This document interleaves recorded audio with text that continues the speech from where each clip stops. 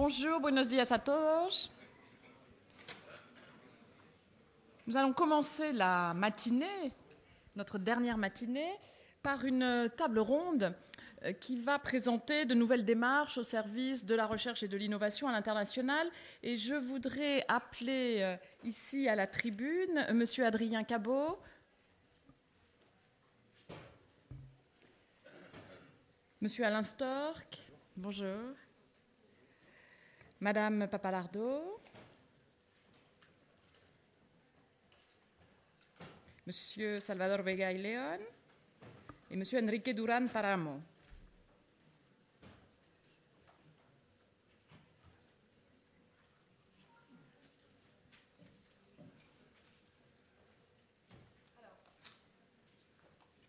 Est-ce que ça marche? Oui.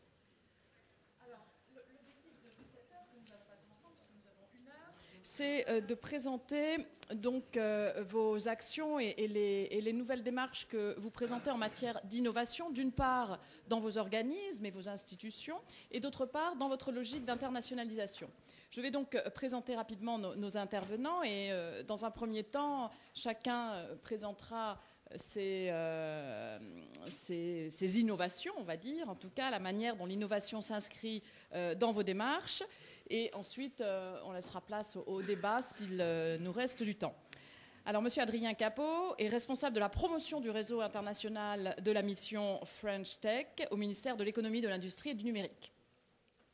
M. Storck est le président de l'université de technologie de Compiègne, donc l'UTC, qui a de très nombreuses actions à l'international et a des projets tout à fait intéressants au Mexique. Madame Papalardo, donc vous représentez Vivapolis. Monsieur Salvador Vega y León, buenos días, es el rector de la UAM, de la Universidad Autónoma Metropolitana, eso es. Et Monsieur Enrique Durán Paramo, donc, qui est le coordinateur pour la coopération académique de l'Institut Polytechnique National. Hola, buenos días. Donc, Monsieur Cabot, vous avez la parole pour nous présenter donc la French Tech. Oui, ça marche. Bonjour, bon, déjà merci pour l'invitation. Alors effectivement, moi je travaille, je m'appelle Adrien Cabot, je travaille à la mission French Tech au ministère de l'économie. Alors je suis venu ici vous présenter un dispositif qu'on vient de lancer qui s'appelle le French Tech Ticket. Mais peut-être ce que je vais faire avant, c'est vous présenter un petit peu l'initiative French Tech pour que vous compreniez mieux un petit peu le contexte. Donc la French Tech, l'initiative French Tech, c'est une politique publique innovante qui a été lancée il y a 2 ans maintenant par Madame Fleur Pellerin, ancienne secrétaire d'État chargée au numérique. Et l'objectif de cette initiative, c'était de promouvoir et accélérer l'écosystème des startups français. Donc à la base, avant d'être une politique publique innovante, c'était une idée d'entrepreneurs français emblématiques qui se sont réunis, qui ont réfléchi et qui ont tous dressé le même constat. En France, aujourd'hui, il y a une vraie dynamique qui se crée sur l'entrepreneuriat et sur les startups. On a de plus en plus de success stories assez incroyables. Et il faut le faire savoir et il faut accélérer cette dynamique. Du coup, pendant longtemps, ils ont cherché, ils ont réfléchi et ils ont abouti. Pour le faire savoir, le meilleur moyen, c'est de trouver un nom. Et ce nom, c'est la French Tech. À San Francisco, vous avez la Silicon Valley. À Londres, vous avez la Tech City. En France, maintenant, c'est la French Tech. C'est le nom de l'écosystème des startups français. Donc, depuis 2 ans, on travaille avec la mission French Tech sur un certain nombre de dispositifs qu'on a lancés. Je vais prendre 3 exemples. Sur le volet français, on a lancé deux exemples assez intéressants. Le premier, c'est la bourse French Tech. C'est une espèce de subvention de 30 000 € qu'on a lancée pour pouvoir aider les entrepreneurs français qui souhaitent passer d'étape d'idée à la création d'entreprise. On sait très bien que c'est difficile. Au début, on n'a pas de financement. Voilà, on a créé la bourse French Tech, 30 000 € pour les entrepreneurs français. Ça, c'est un premier exemple. Le deuxième exemple, c'est le fonds French Tech Accélération. C'est un fonds d'investissement de 200 millions d'euros qui a été lancé et qui est opéré par BPI France, la Banque publique d'investissement française, et qui a pour vocation d'investir dans des accélérateurs, donc c'est des structures d'accompagnement privées, les écoles des entrepreneurs. Donc voilà, ce fonds a pour objectif d'investir dans des accélérateurs privés. Aujourd'hui, à ce jour, on a fait 2 investissements, Accéléo, qui est un accélérateur à Lyon, et l'usine IO, qui est un Fab Lab parisien assez réputé.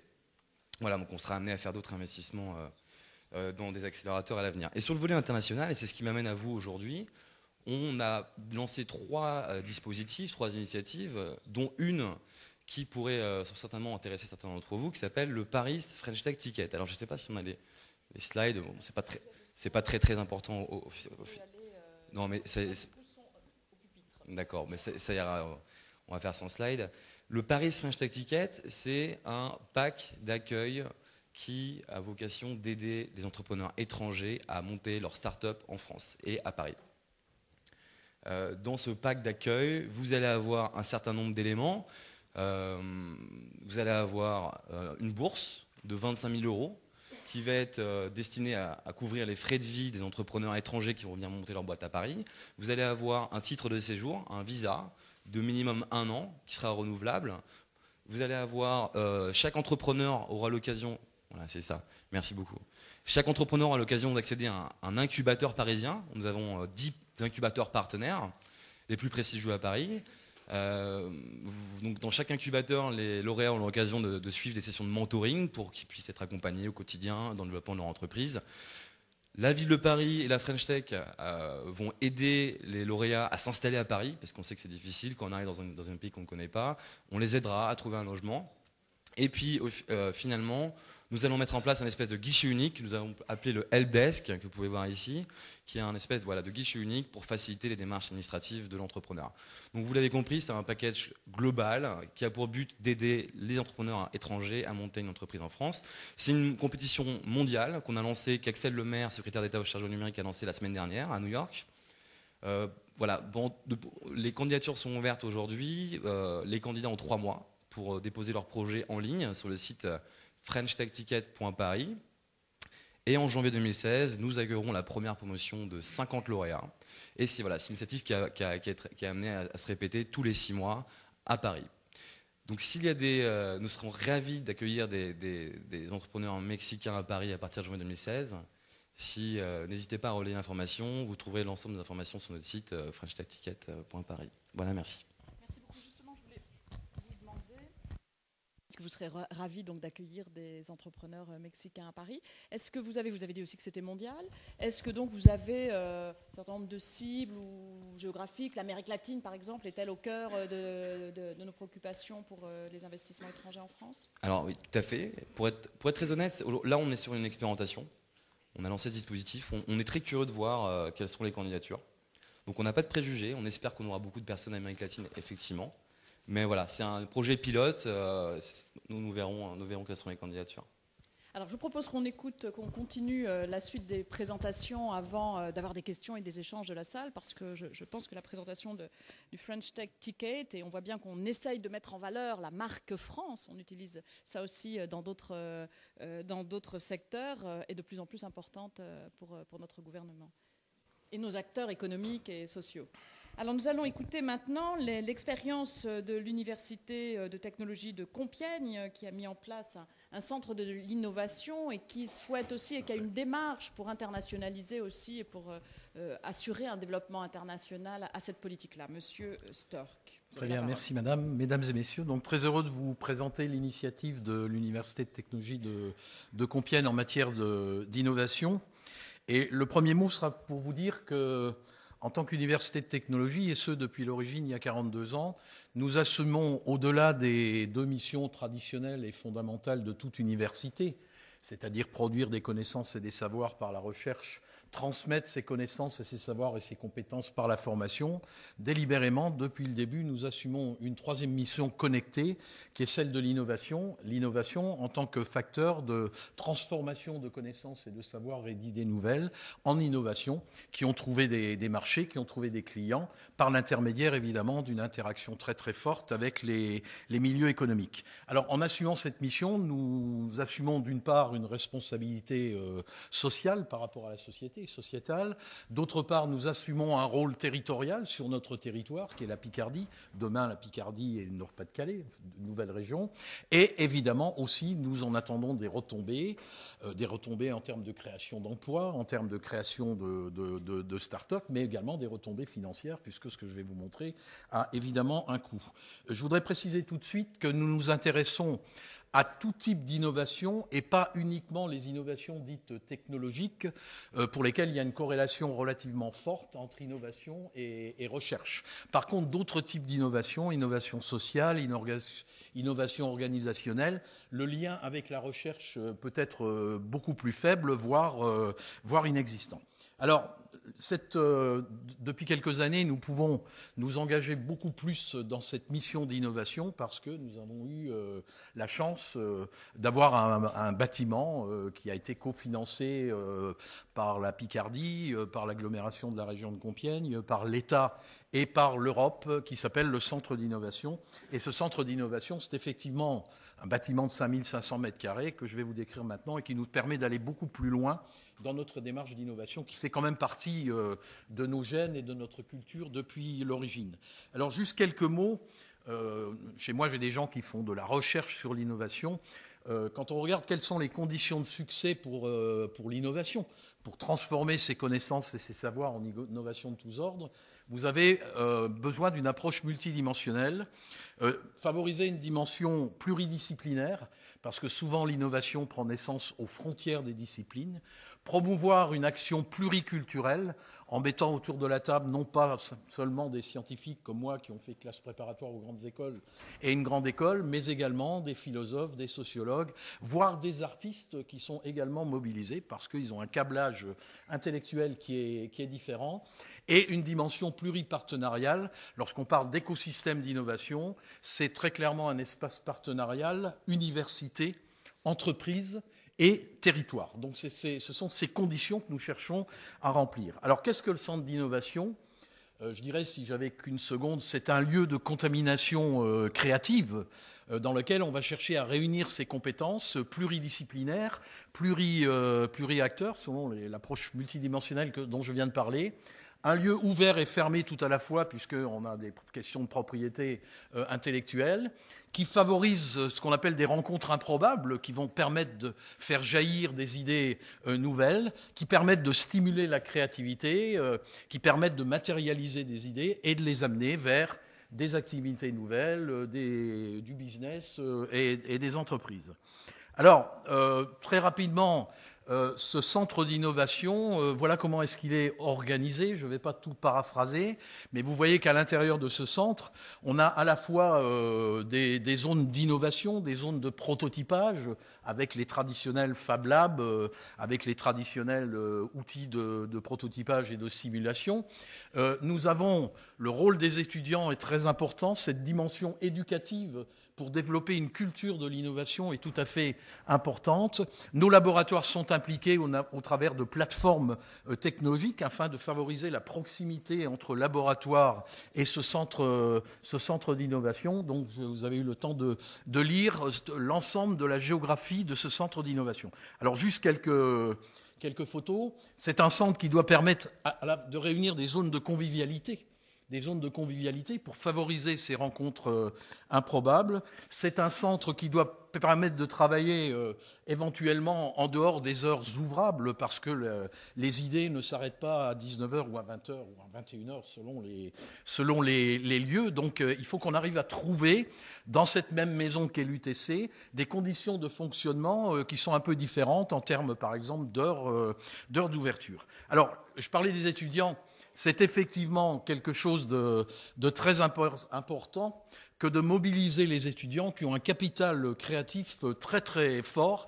Et nous considérons qu'il n'y a pas que les chercheurs et les enseignants-chercheurs capables d'avoir des idées et de les développer jusqu'à la création d'entreprises ou d'activités nouvelles, mais les étudiants sont un formidable réservoir, si vous voulez, de promotion d'idées. Et nous sommes là pour les accompagner avec des outils dont je n'ai pas le temps de parler, mais par exemple avec des coachs entrepreneurs, avec une filière entrepreneur élite, à l'instar de ce qui existe pour les sportifs de haut niveau, et filière sport élite. Alors, je ne suis toujours obligé de montrer notre star, qui est un étudiant. Qu'est-ce qui s'est passé là ?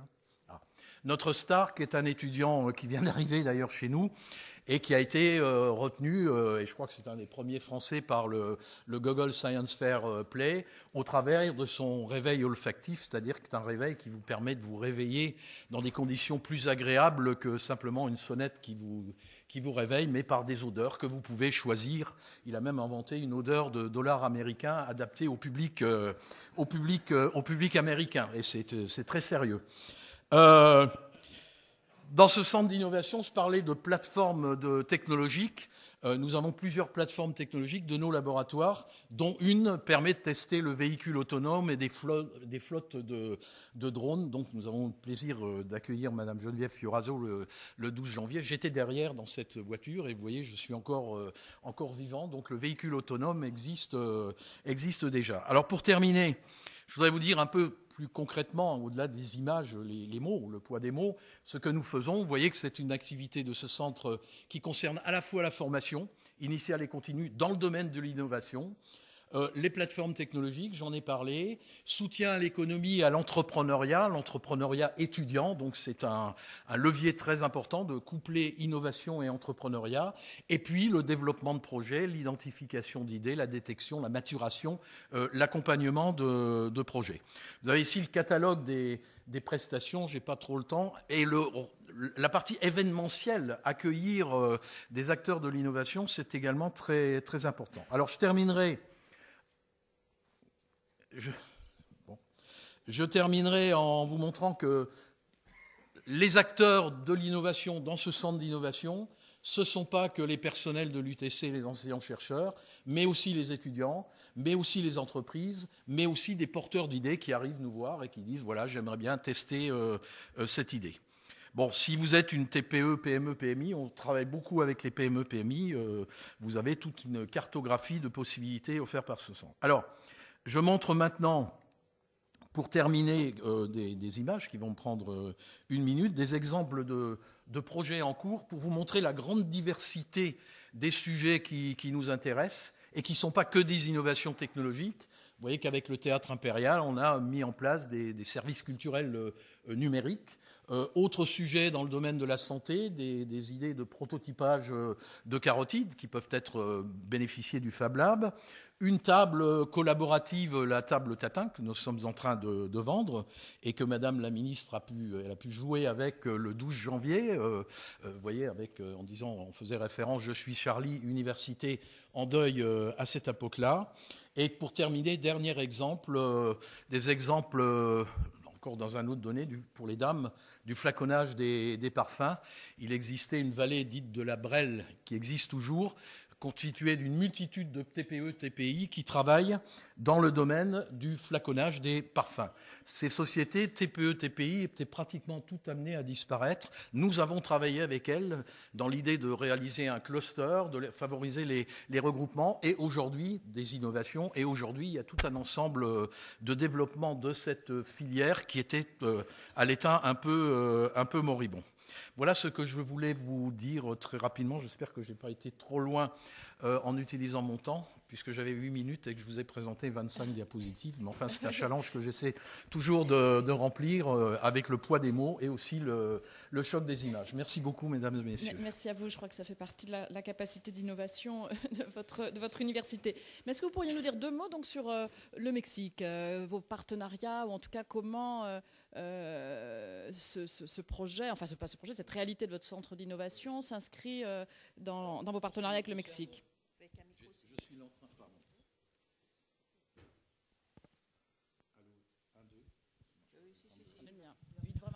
1, 2, oui, voilà.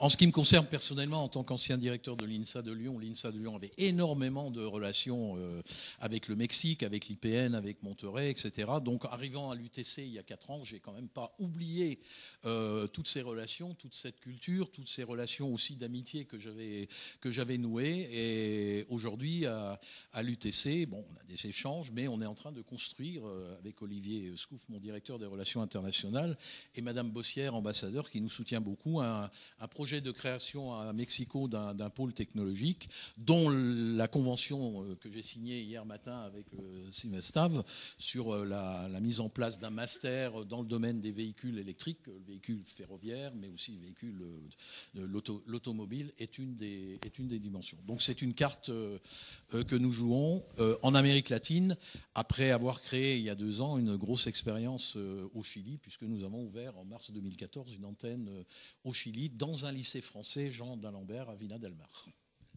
D'accord, merci beaucoup. Alors, on va passer la parole à Madame Papalardo, donc, qui représente Vivapolis, du ministère, et qui est aussi insérée dans le cadre du ministère des Affaires étrangères et du Développement international. Besoin d'une assistance technique. Nous avons... Oui, je sais qu'il vaut mieux que je ne touche à rien. Nous sommes passés de la tablette ici à la tablette au pupitre, mais finalement, nous rencontrons les mêmes difficultés. Bien, en tout cas, merci beaucoup de m'avoir invité. Alors, la mienne, c'est Vivapolis. C'est celle-là. Voilà. Et maintenant, j'ai compris, théoriquement, j'appuie sur quelque chose à droite. Voilà, parfait. Merci beaucoup. Donc, bonjour à tous. Merci de m'avoir invité, effectivement, à venir vous présenter Vivapolis rapidement et vous dire surtout quelques mots de notre actualité avec le Mexique, puisqu'aujourd'hui, nous avons une grande actualité avec le Mexique. Alors d'abord quelques mots sur ce qu'est Vivapolis, puisque je pense que les uns et les autres vous ne connaissez pas encore. Bien entendu, le monde de l'innovation nous intéresse beaucoup. On est aujourd'hui plus en relation avec les entreprises qu'avec les universités, mais pour nous c'est très important d'être aussi très bien compris et de pouvoir travailler avec les chercheurs. Alors Vivapolis d'abord c'est quoi? C'est une marque, alors comme on l'a dit déjà tout à l'heure, pour nous c'est important de nous reconnaître, c'est important d'avoir une marque, c'est la marque française de la ville durable, voilà. Nous, on a choisi des mots grecs et latins pour se faire reconnaître.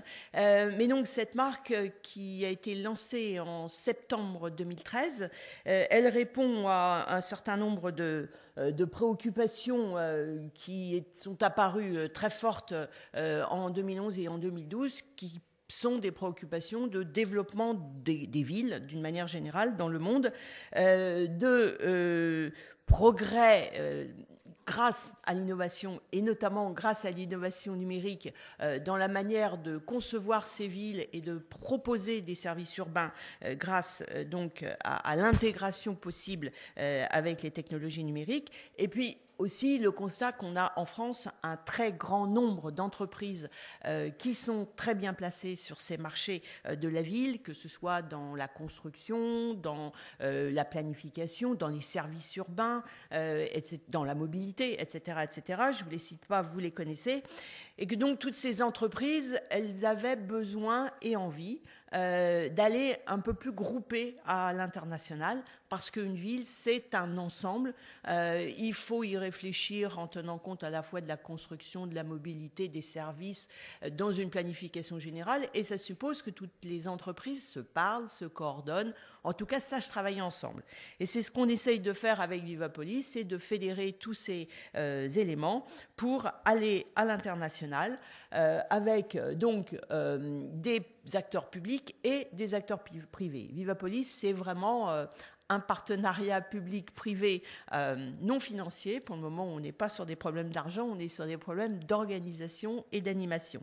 Les acteurs publics, ce sont les ministères, il y en a beaucoup, et le ministère de la Recherche nous fait le plaisir de nous accompagner sur un certain nombre de sujets. La preuve aujourd'hui, ce sont des agences publiques. Alors Business France, l'ADEME, l'Agence française du développement, la Caisse des dépôts, etc. Ce sont bien sûr des collectivités locales, puisqu'on ne fait pas les villes sans les collectivités, et ce sont beaucoup d'acteurs privés, des fédérations, Syntec Ingénierie, Syntec Numérique, l'Association des architectes à l'export, etc., etc., Advancity en pôle de compétitivité.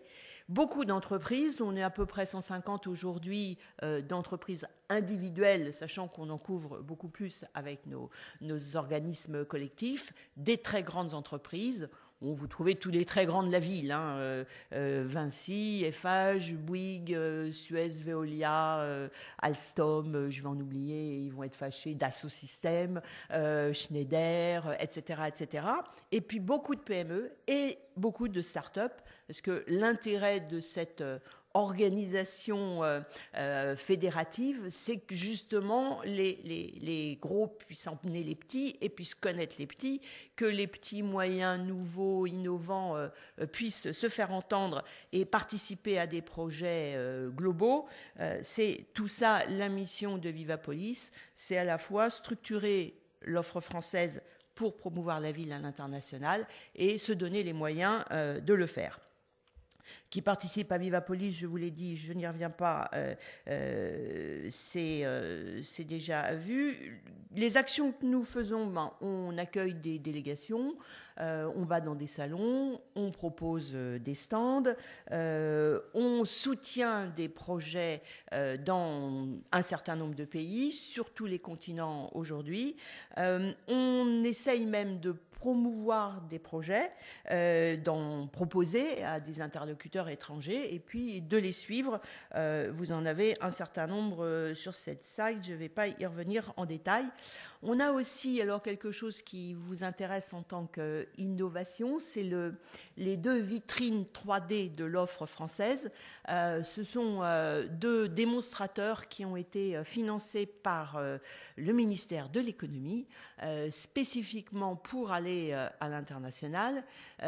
Ces 2 démonstrateurs s'appliquent dans 2 villes très différentes, Astana au Kazakhstan, Santiago du Chili au Chili.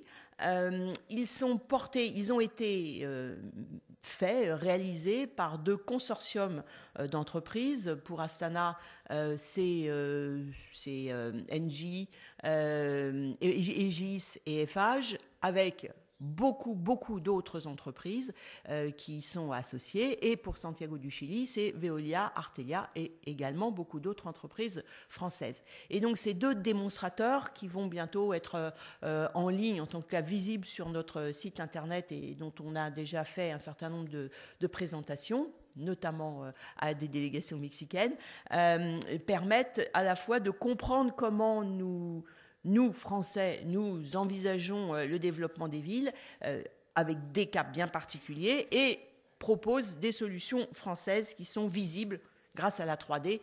Donc j'insiste parce que c'est aussi une manière de promouvoir les capacités françaises et le savoir-faire français en matière de 3D. Dernier mot de présentation, qu'est-ce qu'on met derrière ville durable à la française? Et vous allez voir que derrière ces éléments, il y a beaucoup d'innovation dont nous avons besoin. On insiste d'abord sur un premier objectif qui est de mettre l'homme au cœur du projet et donc d'améliorer les conditions de vie des habitants et des entreprises pour que cette ville soit attractive.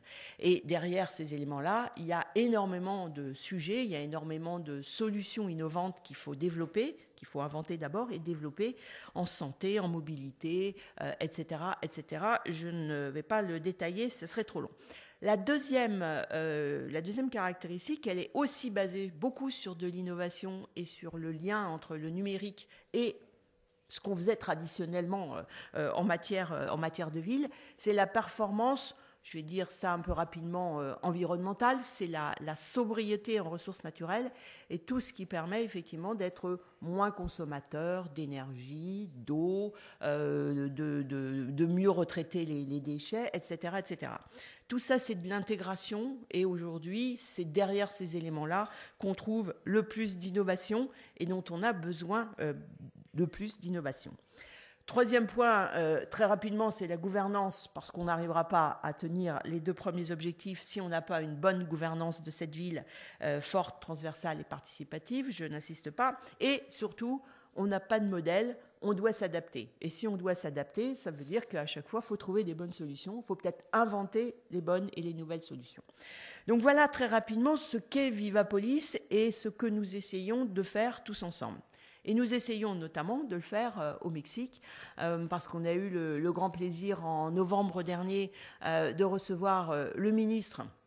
Alors, ça s'appelle de la SEDATU, moi je dis le ministre du Développement urbain et des territoires. Il fait plein d'autres choses. La partie qui nous intéresse, c'est ses compétences dans le domaine urbain, qui est donc venu nous voir en novembre et qui nous a proposé de travailler avec lui sur une ville bien particulière, bien identifiée, qui s'appelle Campeche, qui est dans le Yucatan. Et dans cette ville qui est très intéressante. Je suis allée la visiter depuis avec un certain nombre d'entreprises françaises. Dans cette ville qui se trouve au bord du golfe du Mexique et qui a comme particularité d'avoir un centre historique avec des remparts très bien conservés et classés au patrimoine de l'humanité, eh bien de travailler sur cette ville tous ensemble pour en faire quelque chose de à la fois respectueux du patrimoine, c'est l'image que nous avons notamment du côté français sur ces dimensions urbaines, de savoir respecter le patrimoine, respecter ce qui existe, tout en allant vers des choses innovantes, tout en protégeant l'environnement. Il y a également des mangroves qui sont également classées juste à côté de la ville. Et donc d'arriver autour de tous ces sujets complexes à développer cette ville qui est particulièrement intéressée par le développement de la recherche pétrolière et de l'énergie, des nouvelles politiques énergétiques mexicaines. Donc on a sur la table un certain nombre de demandes, travailler au développement de 2 écoquartiers, un sur le centre historique, l'autre sur une zone beaucoup plus récente et qui a vraiment besoin d'être pensée et aménagée. On a aussi une demande en termes de mobilité. Quelles innovations pourrions-nous proposer, mettre en œuvre concrètement, économiquement, de manière économiquement rentable, bien entendu, sur cette ville. Comment dépolluer l'eau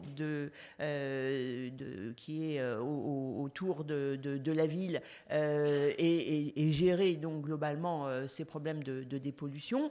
Voilà un certain nombre de sujets qui sont clairement sur la table, qui font faire l'objet d'un accord qui va être signé la semaine prochaine lors de la visite du président mexicain avec le ministre des Affaires étrangères, M. Laurent Fabius, et sur lequel donc on travaille avec l'ambassade et les services mexicains depuis le mois de novembre et qui va bien entendu occuper beaucoup d'entreprises françaises et notamment des entreprises innovantes sur la base d'innovation, bien entendu, pendant les mois qui viennent. On a d'autres sujets, bien sûr, d'échange et de travail avec le ministre en question, le ministre de l'urbanisme, notamment une problématique bien particulière qui est la réhabilitation des zones de l'aéroport qui va être remplacée par un autre très grand aéroport. Donc comment on fait pour restaurer le côté naturel de cette zone tout en y développant, parce que c'est toujours ça, hein, le sujet, c'est comment on fait pour développer la ville tout en respectant son environnement. C'est certainement aussi un autre sujet de travail qui va nous occuper avec tous nos membres. Voilà où nous en sommes et j'espère que beaucoup d'entre vous, y compris des universités et des chercheurs, pourront s'intéresser à ce que nous faisons dans cette zone de Campeche. Merci beaucoup. Merci beaucoup. Je crois qu'effectivement, ce concept de ville durable à la française et les villes durables et le développement des villes durables font partie aussi de notre stratégie nationale de recherche et donc intéressent tout particulièrement les chercheurs et je sais que vous travaillez déjà avec eux. Alors, tenemos el placer de tener con nosotros el rector de la Universidad Autónoma Metropolitana, que es una gran universidad en México, y también el coordinador de cooperación académica del Instituto Politécnico Nacional, también otra gran institución mexicana. Entonces, doy la palabra al señor rector, que nos va a hablar de sus proyectos para la innovación. S'il vous plaît, monsieur.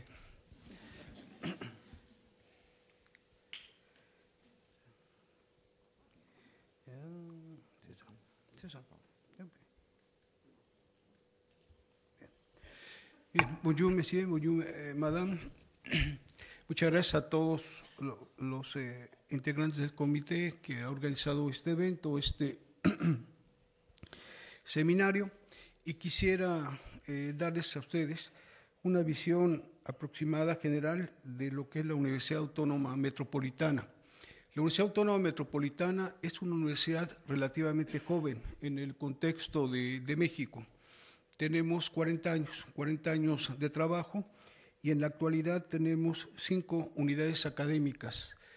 Las unidades Azcapotzalco, Iztapalapa y Xochimilco nacieron en el año 1974 a través de un decreto oficial ratificado por la Cámara de Diputados con una ley orgánica en la que en aquel momento se decía que era posible que hubiera más unidades académicas de la UAM. Esto fue posible hace 10 años, cuando inauguramos una unidad más, un campus más, la unidad Coajimalpa, y hace 5 años la unidad Lerma, que se encuentra fuera del Distrito Federal de la Ciudad de México, en el Estado de México.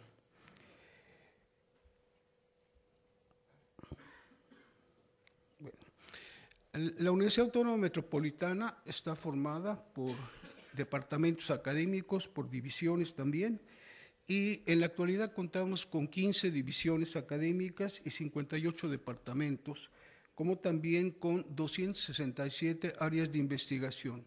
La investigación se agrupa en esos espacios que nosotros llamamos áreas de investigación. La matrícula que actualmente tenemos es de 56,000 estudiantes aproximadamente, con casi 53,000 estudiantes de licenciatura, como también con 3,700 estudiantes de posgrado. Nuestra planta académica fundamentalmente es de tiempo completo. La mayoría de los profesores somos profesores de 40 horas de tiempo completo, y ustedes pueden observar que la planta académica es amplia. Hay 3,124 profesores, de los cuales 2,759 somos de tiempo completo. En este gráfico ustedes pueden encontrar las proporciones en las cuales se encuentra el personal académico ubicado en las diversas unidades académicas. Observarán que se concentran en las unidades Azcapotzalco, Iztapalapa y Xochimilco, dado que estas son las que tienen mayor antigüedad, 40 años, y en ellas se desarrolla la mayor cantidad de las actividades académicas de nuestra universidad.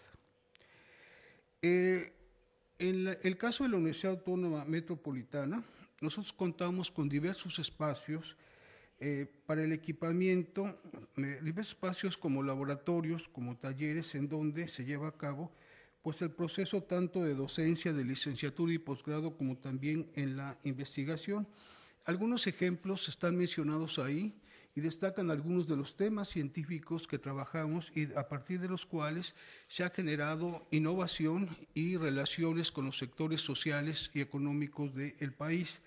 Particularmente el Centro Nacional de Imagenología e Investigación Médica es un laboratorio nacional financiado por el CONACYT, en donde hay un trabajo permanente con el sector social y donde se desarrolla un conjunto de actividades médicas de investigación, pero también de aplicación y de ayuda a la población que lo solicita, a los pacientes que solicitan. Tenemos un centro de investigación biológicas y acuáticas de Cuemanco, cerca del lago de Xochimilco, del ex lago de Xochimilco, y en donde hemos desarrollado la capacidad de restablecer la población de ajolotes, que por mucho tiempo estuvo deprimida, y hoy en la actualidad diversos centros de investigación en México lo trabajamos, dada la capacidad del ajolote de reproducirse asexualmente y con ello desarrollar un tipo de masas de tejidos con los cuales pueden trabajarse diversas tecnologías. Tenemos un laboratorio de análisis del ciclo de vida y Marioloteca de México, un laboratorio de arquitectura bioclimática, laboratorios de supercómputo. Este también es un proyecto muy importante de la Universidad de Supercómputo, el cual también es financiado permanentemente como laboratorio nacional por el Consejo Nacional de Ciencia y Tecnología. Un laboratorio de nanotecnología e investigación molecular, como también laboratorios de genética molecular. Esos son algunos de los ejemplos que nosotros trabajamos. Tenemos firmados aproximadamente 655 convenios y contratos firmados y atendemos diversos temas asociados a la alimentación, la salud, la sustentabilidad, las tecnologías de la información, comunicación y el diseño, las energías renovables, la manufactura avanzada, la nanotecnología, las políticas públicas y el desarrollo de diversas acciones asociadas a lo que en México se llaman los fármacos huérfanos, que son aquellas sustancias que han dejado de utilizarse con algún fin terapéutico, pero que se encuentra alguna otra posibilidad para ser utilizada como medicamento, pero no como originalmente fue planteado. Las diversas acciones institucionales en materia de vinculación estarían asociadas en este momento a un desarrollo de colegiado, de políticas de vinculación que permanentemente estamos llevando a cabo, un posicionamiento en el ámbito de la actuación pública y social, la creación de capacidades de transferencia de conocimiento, la movilidad académica, que es uno de los temas que más nos interesa, el fomento de habilidades en el emprendedurismo, en alumnos como también en egresados. En los últimos tiempos hemos impulsado la movilidad de nuestros alumnos de licenciatura y de posgrado, como también de egresados mismos de nuestra institución. Hemos establecido contactos, hemos integrado redes, como también la adquisición de experiencia de parte de nuestros egresados y de nuestros alumnos in situ, el desarrollo de habilidades, el enriquecimiento de capacidades de innovación. Tenemos diversos tipos de estudios también realizados que ponemos a su consideración a través de nuestros investigadores y, por ejemplo, ahí tenemos algunos mencionados: el estudio de las corrientes submarinas en el Pacífico Mexicano para la identificación de oportunidades de generación de electricidad, la mejora de productos bactericidas de orden diferente, la disminución de la contaminación ambiental, las pruebas de prototipos de nuevos modelos de construcción usando materiales no convencionales, la validación de procesos productivos en una empresa productora de materiales blindados. Algunos proyectos para la innovación serían la creación de un marco normativo para la vinculación y la innovación, la inserción en redes nacionales e internacionales, investigación, desarrollo e innovación, la integración de redes de agentes estratégicos, la realización de proyectos de investigación y desarrollo con empresas, el fortalecimiento de la gestión de la propiedad industrial, como patentes, redes de oficinas de transferencias de conocimiento, emprendedurismo. Bien, nosotros estamos haciendo en esta ocasión una jornada de trabajo por acá, en París, y estamos abiertos al intercambio permanente con las universidades y instituciones de educación superior. Debo decirles que aproximadamente 160 profesores de esos 3,000 que tenemos en la Universidad Autónoma Metropolitana fueron formados en la escuela francesa, en diversas universidades de todo el país, y que este potencial nosotros lo queremos exacerbar para que a través de ellos seamos agentes presentes en las diversas relaciones que podamos hacer con las universidades de este país. Quisiera también mencionarles que hemos generado movilidad de estudiantes de licenciatura y de posgrado, y que en ese sentido nos hemos visto favorecidos ya con la presencia de al menos 15 estudiantes franceses en la Universidad Autónoma Metropolitana en los últimos 2 años, como también hemos enviado a este país a unos aproximadamente 25 alumnos de nuestra universidad. Hay muchos temas, quizás se ha destacado de una manera muy general algunos de los temas que trabajan nuestros investigadores. Nuestras divisiones pues comprenden diversos temas, desde las ciencias naturales, las ciencias básicas, la ingeniería, como también las ciencias de la salud, las ciencias biológicas, las ciencias de la comunicación, las ciencias sociales y las humanidades, como también el diseño y la arquitectura. En general, esta es la Universidad Autónoma Metropolitana, y cualquier pregunta que ustedes quieran, con mucho gusto se las puedo contestar. Muchas gracias. Me encanta ver que tantos profesores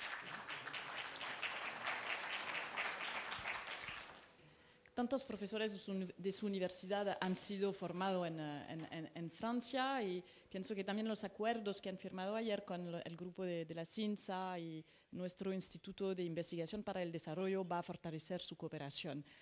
Antes de pasar la palabra al público, vamos a escuchar al señor Enrique Durán Paramo, que nos va a hablar de su cooperación con Francia.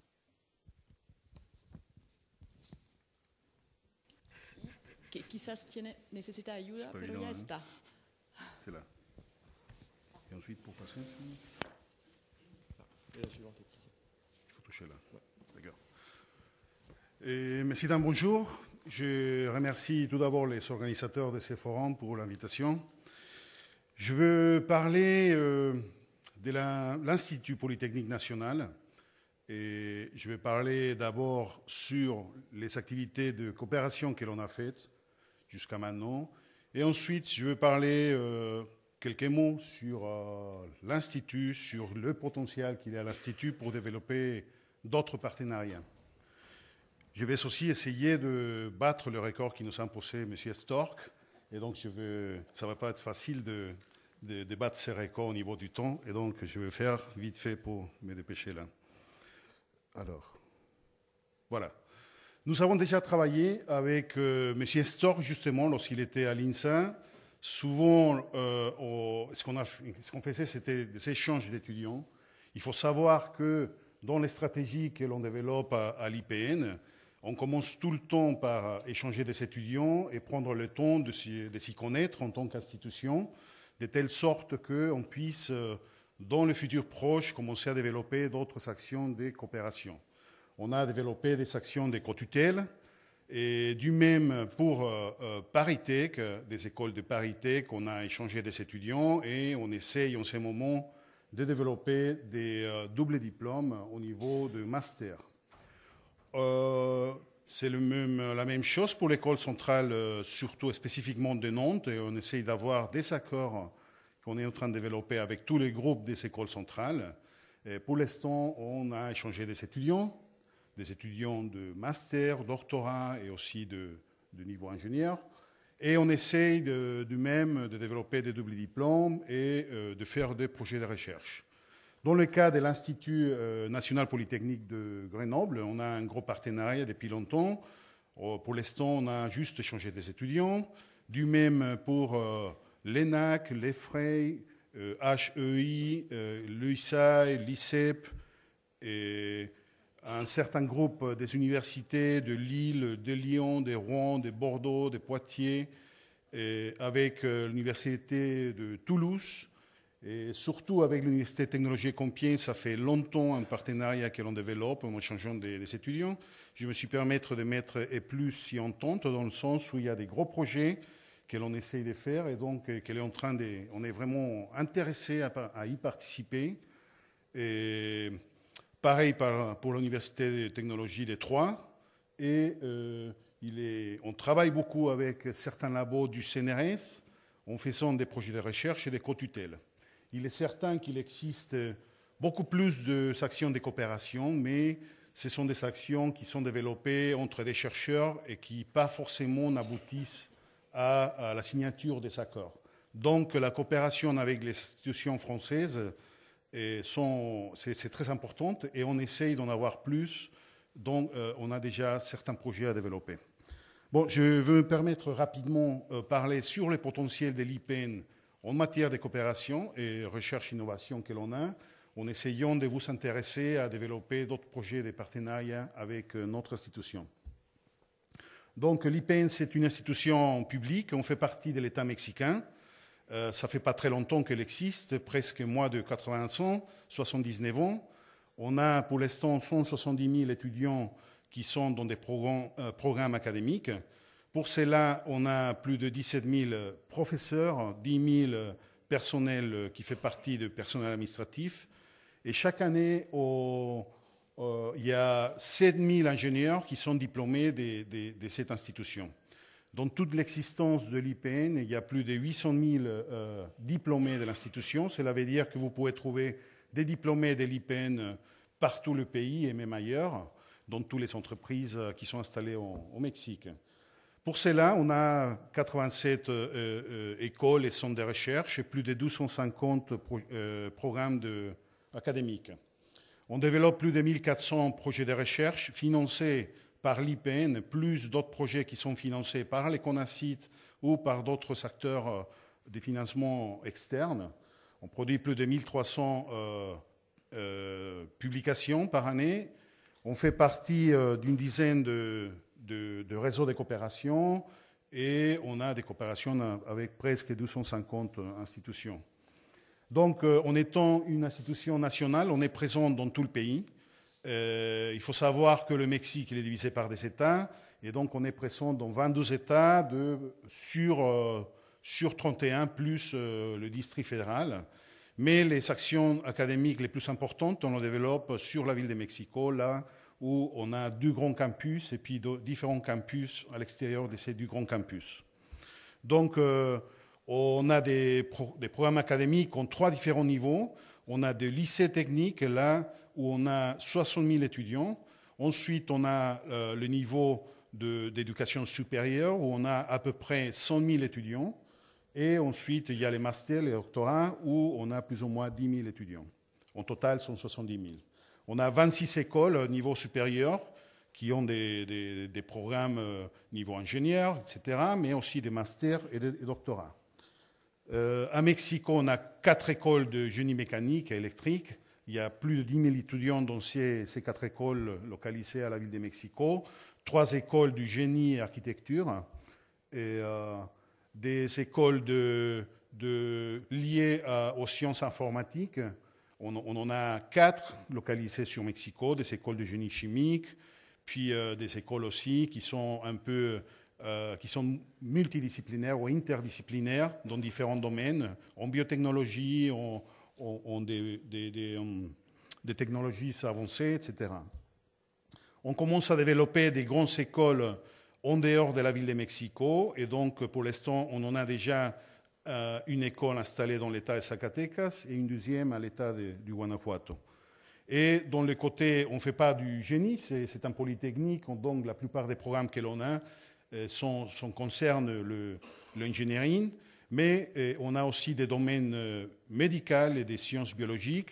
On a 3 écoles pour former des médecins, une école pour former des infirmières, des écoles de sciences biologiques, et voilà.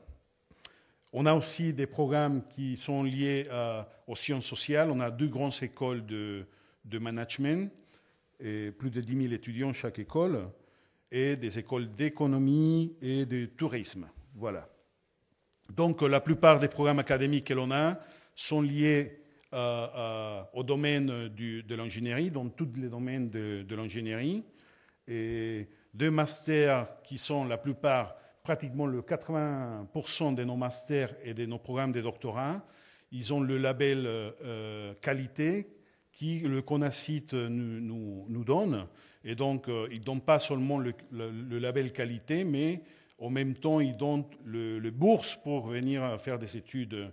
Et ce sont des bourses ce ne sont pas seulement des bourses qui permettent de payer les inscriptions, mais des bourses qui permettent de vivre, de se transporter, de se nourrir, etc. Donc, c'est des bourses qui sont ouvertes pas seulement aux Mexicains, mais à des personnes de toutes sortes de nationalités. Je vais me dépêcher là. Donc, ça ne marche plus. Voilà. Voilà des programmes de master dans toutes sortes, des programmes concernant les sciences biologiques et biomédicales, et des programmes qui sont liés à l'économie et au business. Et on a 21 centres de recherche. Il y en a qui sont liés surtout aux activités de biotechnologie dans différents États du Mexique. Des centres de recherche qui sont liés à donner des réponses aux besoins spécifiques d'un État en particulier. Ils sont localisés dans différents États. Des centres de recherche liés aux sciences informatiques et d'autres qui sont liés plutôt aux technologies avancées dans différents États. D'autres qui sont liés aux sciences de l'environnement et à la production plus propre des entreprises. On en a un seulement qui est lié aux sciences marines.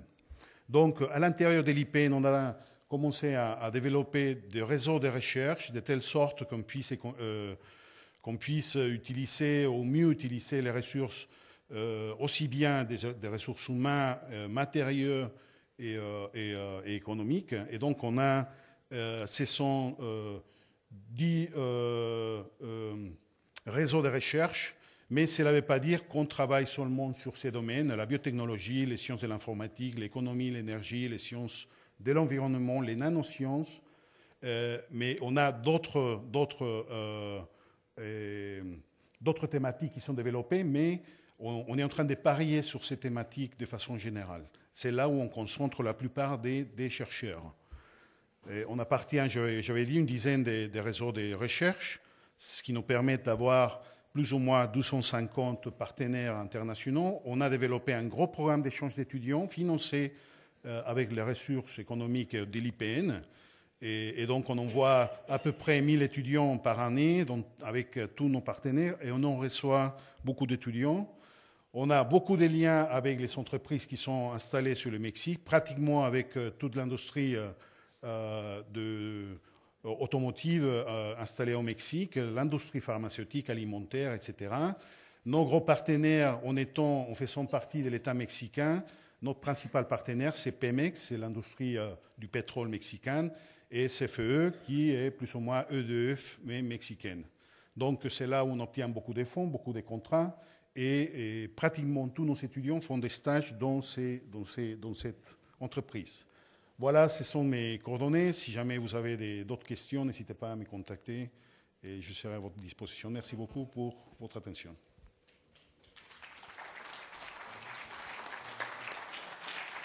Merci beaucoup. Alors avant de nous quitter, on va prendre, comme on a commencé un petit peu en retard, 5 minutes pour des questions. S'il y a 2-3 questions, on peut... merci.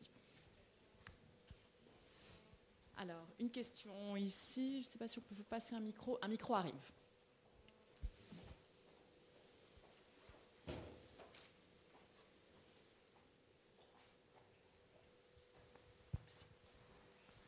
Gustavo Urquiza, de la Universidad Autónoma del Estado de Morelos.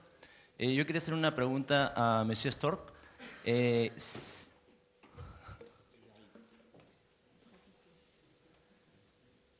Si nos podría comentar acerca de alguna experiencia de alguna startup que haya surgido de la IOTC, por favor. Oui. Alors, je disais dans ma présentation je disais dans ma présentation que beaucoup d'innovations prennent naissance aux frontières des disciplines. Alors, je vais donner un exemple concret qui est une innovation émanant d'étudiants qui ont créé une entreprise au niveau des machines dans les salles de sport. Vous savez, les machines avec des poids en fonte et qui ont fait une innovation en remplaçant les poids en fonte par un moteur connecté par informatique et qui permet de contrôler le couple, la tension par l'intermédiaire d'un moteur et d'informatique. On est vraiment, c'est une innovation qui s'appelle Heracles Technologies et on est vraiment à l'interface de la santé, parce qu'on peut faire également des études de rééducation en programmant correctement les montées en tension, le temps, etc. Donc faire de la rééducation, domaine de la santé. On est dans le domaine de la mécanique puisqu'il y a un moteur. On est dans le domaine de l'informatique puisque effectivement on mobilise l'informatique. Donc voilà un exemple très concret qui a conduit à remplacer des machines de sport dans les salles de sport avec des poids en fonte, en faisant disparaître ces poids en fonte et en les remplaçant par un moteur et une poulie. Voilà un exemple concret. J'en ai peut-être sur les exemples de start-up que vous aviez pu mettre en place. Oui, mais c'est ça. Oui, c'est la Heracles Technologies, c'est une start-up. Un autre exemple dans le domaine des objets connectés.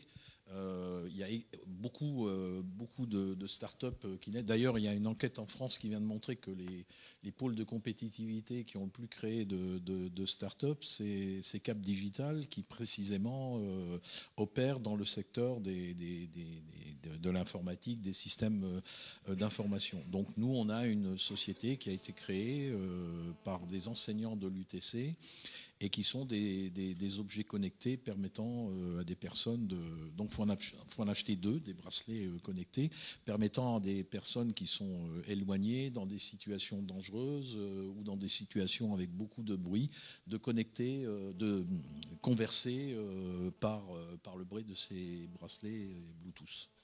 Voilà un autre exemple. Merci beaucoup. Une autre question ? Madame ?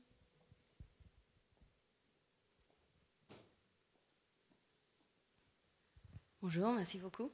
Je représente la délégation mexicaine auprès de l'OCDE. Et c'est une question pour Madame Papalardo sur les Vivapolis. En fait, je voudrais juste savoir le lien qu'il y a, ou peut-être qu'il n'y en a pas, entre les Smart Cities et aussi les Villapolis. Merci. Il y a bien entendu un lien entre les Smart Cities et les villes durables. Normalement, ça marche, mais ça n'a pas l'air de marcher. Merci. Donc j'ai l'habitude de dire qu'aujourd'hui, une ville durable, elle doit être intelligente, puisque c'est ça l'idée. Comme je l'expliquais tout à l'heure, dans la démarche et dans la recherche de cette ville durable, il y a la performance par l'intégration. Et cette intégration, elle se fait par le numérique. Et quand on parle de ville intelligente, en fait, ça veut dire qu'on utilise le numérique dans la ville. Donc on l'utilise à la fois parce que ce numérique permet de mieux intégrer. Je donne un exemple, de mieux gérer par exemple la consommation, la production et la consommation d'énergie des bâtiments en faisant en sorte de passer l'énergie à l'endroit où on en a réellement besoin. Donc ça suppose d'avoir des capteurs, de savoir où sont les productions, où sont les besoins, et ensuite d'avoir des systèmes de smart grid qui font les transferts. C'est un exemple parmi d'autres. Ça, c'est pour la performance environnementale. Mais aujourd'hui, on a aussi besoin de cette intelligence sur mon premier objectif, qui est d'améliorer les conditions de vie en termes de mobilité, par exemple, pour que la mobilité soit plus fluide.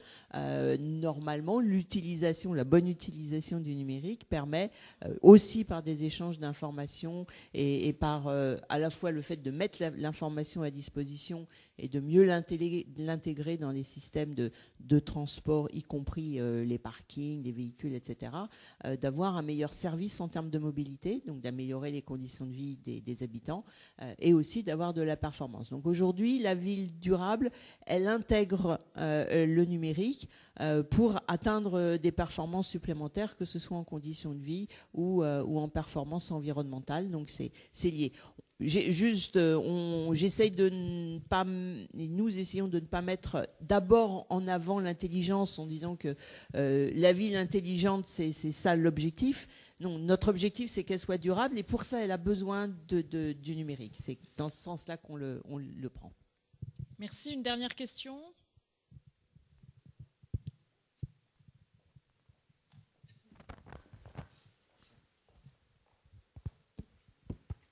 Buenos días, para el señor Stork.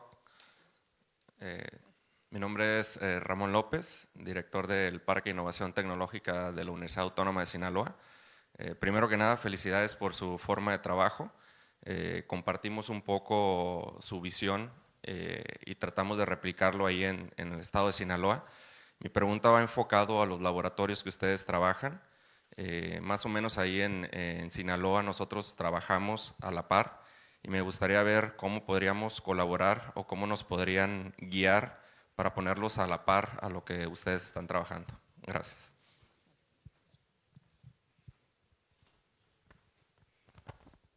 Je crois que la première étape, ce serait déjà de nous parler, d'échanger quand on va se quitter, de se donner nos cartes de visite pour échanger, surtout pour voir quels sont les secteurs dans lesquels vous opérez. Nous, on ne couvre pas tous les secteurs. On travaille en innovation sur les secteurs phares de l'UTC, qui sont toutes les problématiques d'ingénierie et de technologie de la santé, qui sont toutes les problématiques d'informatique, de sciences de l'information, avec les liens avec les systèmes de drones et les véhicules autonomes et électriques. Ça, c'est un autre sujet. Qui sont les domaines en Picardie, qui est au nord de Paris, la chimie du végétal, c'est-à-dire toute la chaîne de transformation du végétal, du champ jusqu'aux produits formulés, l'alimentation humaine, l'alimentation animale, les produits formulés, les produits pour la santé, les médicaments, voire les matériaux, les biomatériaux. Donc voilà des grands champs qui sont ceux de ce qu'on appelle la stratégie S3, la Smart Specialization Strategy de la région Picardie. Donc voilà en gros nos champs d'activité et d'excellence. Donc je crois que la première étape, si on voulait aller plus loin, ça serait de confronter vos champs d'excellence aux nôtres et de voir éventuellement si on arrive à détecter un champ qui pourrait faire l'objet d'une coopération. Mais notre logique, et je vous remercie pour cette question et cette suggestion que je prends au vol, notre logique est également de travailler dans une logique de coopération internationale. Je voudrais rajouter, puisque on vient de parler de la ville durable. Nous avons des coopérations sur la ville durable, l'UTC, notamment avec la Chine, avec notre antenne en Chine à Shanghai, dont la spécialité c'est la Smart City, c'est la ville durable. Et je voulais aussi faire des propositions à Madame pour voir comment est-ce qu'on pourrait coopérer. Donc c'est aussi un champ, ainsi que le champ des transports, d'ailleurs très important pour la ville durable, l'impact des transports dans la ville, la fluidification des transports, voire l'impact des transports sur la santé des citoyens. Donc voilà également un champ qui est important chez nous, la Smart City et les transports et la mobilité au sens large. Merci beaucoup. Je vois bien tout l'intérêt donc de ce forum pour mettre en interaction différents acteurs et tout ceci va bien dans le sens du développement de la recherche et de l'innovation entre nos deux pays. Je vous remercie donc beaucoup pour toutes ces présentations très riches. Muchas gracias a todos. Et nous allons maintenant pouvoir commencer la session sur le retour des ateliers et des 4 ateliers